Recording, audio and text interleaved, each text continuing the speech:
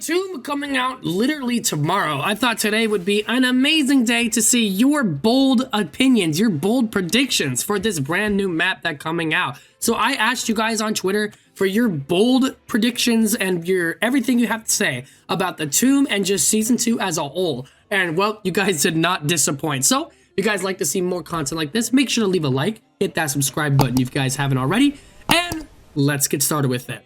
Our first bold prediction here is from Joshua Shaw, and he says, one of the characters will die. My money's on Strauss. I could 100% see that happening. In the last map, Citadel, we got the death of Zedocta, right? Well, not Dr. Richtofen, but we got an important death in the story. And so with this new story going in, and that realization of that old character being Richtofen's dad, I think that it's very interesting to maybe cut off a character that we know and love so that it gives new dynamics and new interesting perspectives within our story. I feel like that these characters are pretty baseless. I mean, Maya has a lot of character driven woven within her, and so does Ravenov and Weaver. But when it comes to Carver, Gray, and Strauss, they just seem like afterthoughts within the entire story. And so I would not be surprised if one of those three characters were to somehow die, pass away, whatever like that, because they really haven't been given much of a background connection, a background story. Now, that also means that their death wouldn't be very impactful, maybe not nearly as impactful as some other deaths that we could see. But in terms of things that we could see, I could see the possibility of Strauss's death specifically happening because he's not a playable character within the map, although Maya, Carver, Gray, and Weaver are. Tyler Knorr says, the boss fight will be with Freakolia. The brain rot got to me. I know you're growing up and I get it, but watching that stuff can be really harmful. Okay. It's not just about what you see, it's about how it affects you, your views, your relationship. It can be really damaging for your development, Mr. L, this guy always has some opinions, always got opinions. Let's see what he's got to say. I have a strange feeling the Tomb is going to be a sleeper hit within the Dark Ether saga. The marketing and hype strategy is strangely low, which I agree with that. But I have a feeling the reception will be received very well and will be up there with Liberty Falls and Firebase Z with replayability and fun. Well, let's start off with the fact that you're right. The marketing for this map has been strangely low. But I think part of that is because they don't want to have super high expectations being put on this map. And I like the fact that they're being honest with us. They're coming out and saying, this is just Liberty Falls. Because if they weren't talking like that, we all would be going to this map thinking that this is another Terminus, another Citadel, another fully fledged out map. And I'm not saying that casual maps aren't good. I think they are. And I think that replayability is something that is going to be great within this game. In terms of marketing, in terms of everything that we've seen so far, this game has had a lot of low marketing, not a lot of attention really put into it. From so far, no intro cutscene, which is kind of crazy. I don't know if they're going to save that for launch.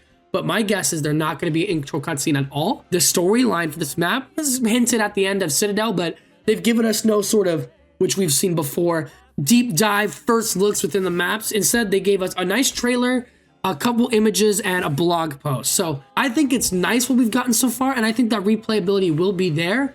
But I'm worried that the additions of Manglers, the comeback of Amalgams, and all of these boss zombies that are just constantly repeating could be the death of this map, because I'm a player that hates Amalgams. I don't like when that they are put everywhere. I like them in Terminus specifically, but I don't like them in other maps. I just wish that they were Terminus exclusive because the story behind them in Terminus made so much sense and it was so great. And then when you talk about replayability, Liberty Falls was received very well, but Firebase Z, I feel like that map had the opposite of replayability. We didn't see that map being played a bunch after the initial 2 weeks of that map's launch. I think a better example of a map that had a lot of replayability on its launch was D Machine. D Machine had tons of replayability, and Liberty Falls I think did as well. So I agree the marketing strategy is low, and I don't think that the reception has been great to that. And I think that I like the honesty of them saying, hey, this is Liberty Falls. This is not a fully fledged out massive Origins map. In terms of maps that don't have the replayability, I see this more of a Liberty Falls D Machine rather than a Firebase, because I don't think Firebase quite had that. Our next take is from Birdie. We love you, Birdie.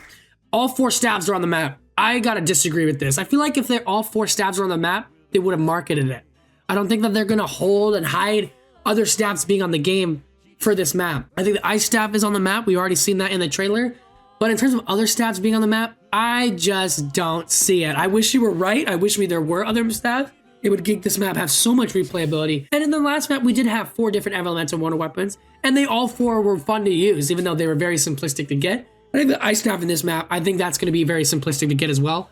But in terms of all 4 staves, I don't see it happening. I don't see them holding that as a secret. Maybe they hold in a special ability for this staff as a secret. You know, they already told us that the charge shot will be in this map, so maybe they hold up another ice staff equipment maybe in this map, but in terms of other staffs, I just don't see that being possible. I don't think it's gonna happen. For Nerd Brad, we finally get a sex scene. Yes! Maya sex scene! Fuck yes! I like this take. I'm a big fan. Next comment. Our next comment here from Mercy says, I think the dark ether area will be our visual representation of temporal displacement.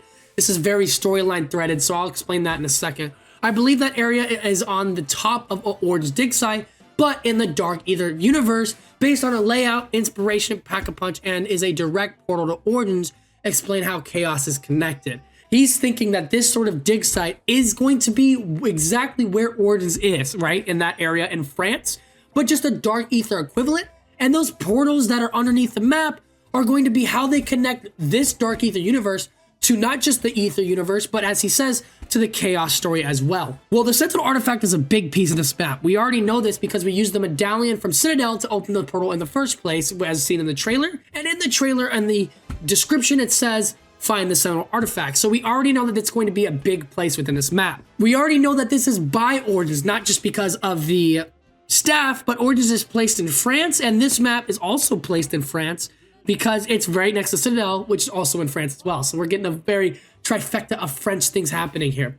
I think that this map is going to be a big connection between Citadel, the Dark Ether story, and between the Chaos story with the medallion, the Sentinel artifact. I don't think that the Ether aspect is going to be there as much as you think. I think that there's going to be a little hints at Origins, but I don't think Origins is going to play such a big part of the story. And the reason is because if that was the case, I believe that the portals that we would have seen, instead of taking us to this dark ether wonderland that we're seeing in this trailer, I think those portals would have taken us to the crazy place of Origins. That would have been the connection there. I don't see that any other connection on this map besides the staffs. I don't see them maybe doing a shout out to the robots, shout outs to Samantha, shout out to Maxis with his head and the Maxis drone. I don't see Primus or any of that aspect being shown in this map. I see the staff, and I understand the staff being in this map, but I think that Chaos and the Sentinel artifact will play a much bigger part in this map than Origins and the Ether story will. The layout of this map, I don't really see it. I don't really see the correlation with Origins. I guess that you could say that it's similar to the excavation site with all the trenches and tunnels around it, but I don't think that the excavation site, that which is on a hill, is similar to a tomb where it's stairs and platforms on the outside that goes down. So I don't see the layout being much of an inspiration. The Pack-a-Punch, I don't see it either because we see the Pack-a-Punch in the Dark Ether, and the Pack-a-Punch camo isn't the Origins Pack-a-Punch camo. Maybe the people were thinking maybe that is, but I don't think there's going to be a direct portal to Origins. I think the direct portal is that Dark Ether area, and I think we're going to see a lot more connection between the Chaos story and the Dark Ether story than we are going to see about the Old Ether story at all. Although I do think that there will be connections to the Old Ether story and maybe hints at it on this map, but I don't see it being something that we physically play on. And then we have Sergeant Logan. How you doing, man? The Easter egg is going to end with the crew getting put in the Sentinel trial from activating the Sentinel artifact. Now, what he's referencing here is within the old Chaos story, you would use the Sentinel artifact in the 2 pieces and then put them together, and you create this bubble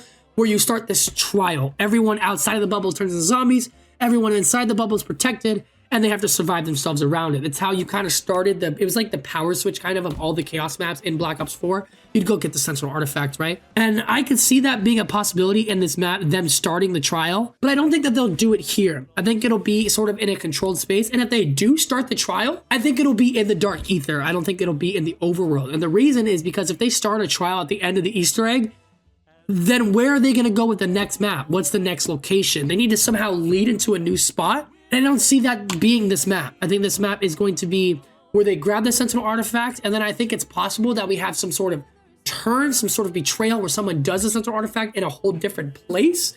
Maybe something Maxis related, because that is who we're looking for in the Dark Ether, is Maxis. But in terms of, you know, them actually doing the Sentinel artifact trial at the end of this Easter egg, activating it, I don't see it happening unless it's at a place that is not exactly at the tomb. And with that being said, that's all I have for you guys today. I appreciate all the comments, all the brain rot, and all the bullshit. And yes, Please add sex. My mouth is watering. Thank you all so much for watching. Guys, enjoyed it. Make sure you leave a like and subscribe, and I will get you guys hot takes about the new map very, very soon when it releases with a special guest. Thank you all so much. You guys have been absolutely incredible. My brothers in Christ, and I will see you, ladies and gentlemen, in the next video. Have a great day, guys. And now, folks, it's time to say goodnight. We sincerely appreciate your patronage and hope we've succeeded in bringing you an enjoyable evening of entertainment. Please drive home carefully and come back again soon. Good night.